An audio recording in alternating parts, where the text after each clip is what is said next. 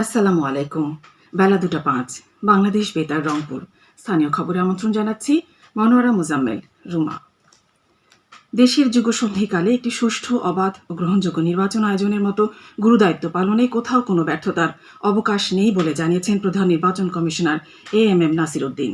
তিনি আজ সকালে রাজধানীর আগারগাঁওয়ে নির্বাচন কমিশন ভবনের অডিটোরিয়ামে আয়োজিত গণভোট ও ত্রয়োদশ জাতীয় সংসদ নির্বাচন 2026 উপলক্ষে রিটার্নিং অফিসার ও মাঠ প্রশাসনের কর্মকর্তাদের সঙ্গে নির্বাচন ব্যবস্থাপনা বিষয়ক এক মতবিনিময় সভায় একথা বলেন।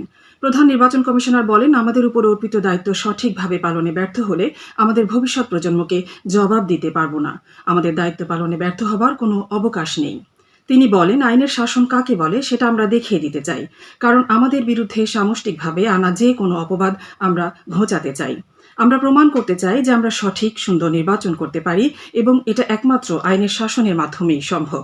তিনি আরও বলেন, মাঠ পর্যায়ে যারা আছেন তারা আইনের শাসন নিশ্চিত করবেন, এটাই আমাদের কাম্য। পুলিশের মহাপরিদর্শক বাহারুল আলম বলেছেন, আসন্ন নির্বাচনকে সুষ্ঠু, সুন্দর, উৎসব মুখর করার মতো পূর্ণ সক্ষমতা বাংলাদেশ পুলিশের রয়েছে। আইনশৃঙ্খলা পরিস্থিতি নিয়ন্ত্রণে রাখতে পুলিশ কঠোর প্রশাসনিক পদক্ষেপ গ্রহণ করবে। আইজিপি আজ সকালে রাজধানীর আগারগাঁওয়ে নির্বাচন ভবনে আয়োজিত গণভোট ও ত্রয়োদশ জাতীয় সংসদ নির্বাচন 2026 উপলক্ষে রিটার্নিং অফিসার ও মাঠ প্রশাসনের কর্মকর্তাদের সঙ্গে নির্বাচন ব্যবস্থাপনা বিষয়ক মতবিনিময় সভায় একথা বলেন। আইজিপি বলেন, জুলাই পরবর্তী সময়ে বাস্তব কারণেই আইনশৃঙ্খলা রক্ষায় পুলিশকে নানা প্রতিকূল পরিস্থিতির মোকাবেলা করতে হয়েছে।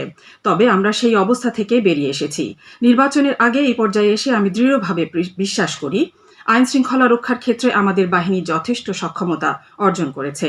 তুচ্ছ ঘটনায় রাস্তা বা মহাসড়ক অবরোধ করে জনদুর্ভোগ সৃষ্টির বিষয়ে কঠোর হওয়ার ইঙ্গিত দিয়ে পুলিশ প্রধান বলেন, সমাজের বিভিন্ন অংশে ছোটখাটো ইস্যুতে রাস্তা ও হাইওয়ে অবরোধ করে অস্থিরতা সৃষ্টির যে প্রবণতা দেখা যাচ্ছে তা বন্ধ করার সময় এসেছে। জয়পুরহাটের পাঁচবিবি উপজেলায় আসন্ন ত্রয়োদশ জাতীয় সংসদ নির্বাচনের আচরণবিধি প্রতিপালন, গণভোট সংক্রান্ত বিষয়ে প্রচারণা ও প্রামাণ্যচিত্র গতকাল সন্ধ্যায় প্রদর্শিত হয়েছে। উপজেলা প্রশাসনের উদ্যোগে পাঁচবিবি পৌর শহরের পাঁচমাথা চত্বরে এ অনুষ্ঠানের আয়োজন করা হয়। উপজেলা নির্বাহী অফিসার ও সহকারী রিটার্নিং কর্মকর্তা সেলিম আহমেদ অনুষ্ঠানে সভাপতিত্ব করেন। এ সময় বিভিন্ন রাজনৈতিক দলের নেতৃবৃন্দ উপস্থিত ছিলেন।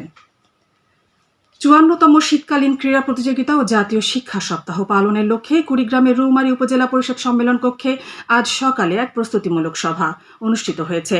উপজেলা নির্বাহী অফিসার মোহাম্মদ আলাউদ্দিন এতে সভাপতিত্ব করেন। সভায় আগামী 7, 8 ও 9 জানুয়ারি রৌমারী সিজি জামান সরকারি উচ্চ বিদ্যালয় মাঠে এই শীতকালীন ক্রীড়া প্রতিযোগিতা অনুষ্ঠানের তারিখ ও স্থান নির্ধারণ করা হয়। প্রতিযোগিতায় শিক্ষা মন্ত্রণালয়, সংশ্লিষ্ট জাতীয় স্কুল, মাদ্রাসা ও কারিগরি ক্রীড়া সমিতির নির্ধারিত সকল ইভেন্ট পরিচালনার সিদ্ধান্ত নেওয়া হয়। এছাড়া সভায় শিক্ষা মন্ত্রণালয়ের নির্দেশনা মোতাবেক জাতীয় শিক্ষা সপ্তাহ পালনের জন্য আগামী 14 থেকে 20 জানুয়ারি তারিখ নির্ধারণ করা হয়। উপজেলার সকল মাধ্যমিক পর্যায়ে শিক্ষা প্রতিষ্ঠান প্রধান এবং উপজেলা পর্যায়ের অফিসারগণ এতে উপস্থিত ছিলেন। এখন শুনুন কৃষি সংবাদ। কুড়িগ্রামের রাজীবপুর উপজেলায় চলতি সরিষা চাষ মৌসুমে সরিষা ফুলের মধু সংগ্রহের লক্ষ্যে মৌমাছির বক্স স্থাপন করা হচ্ছে।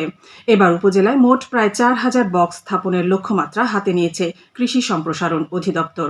এ লক্ষ্যে ব্যক্তিগত উদ্যোগে এ পর্যন্ত 3200 মৌ বক্স স্থাপন করা হয়েছে এবং আগামী এক সপ্তাহের মধ্যে অবশিষ্ট মৌ বক্স স্থাপন করা হবে বলে আশা করা হচ্ছে।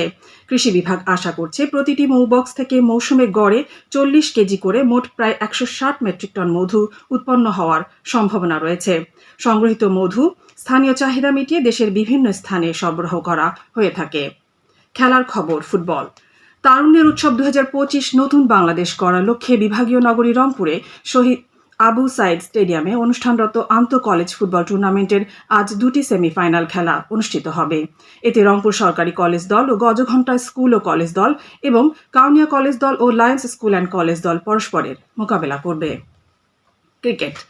কুড়িগ্রামের রৌমারী উপজেলার সিজি জামান সরকারি উচ্চ বিদ্যালয় মাঠে অনুষ্ঠানরত রৌমারী প্রিমিয়ার লিগ ক্রিকেট টুর্নামেন্টের আজকের ফাইনাল খেলায় এখন টিম গ্যালাক্সি ও দাঁতভাঙ্গা গ্ল্যাডিয়েটর্স পরস্পরের মোকাবেলা করছে।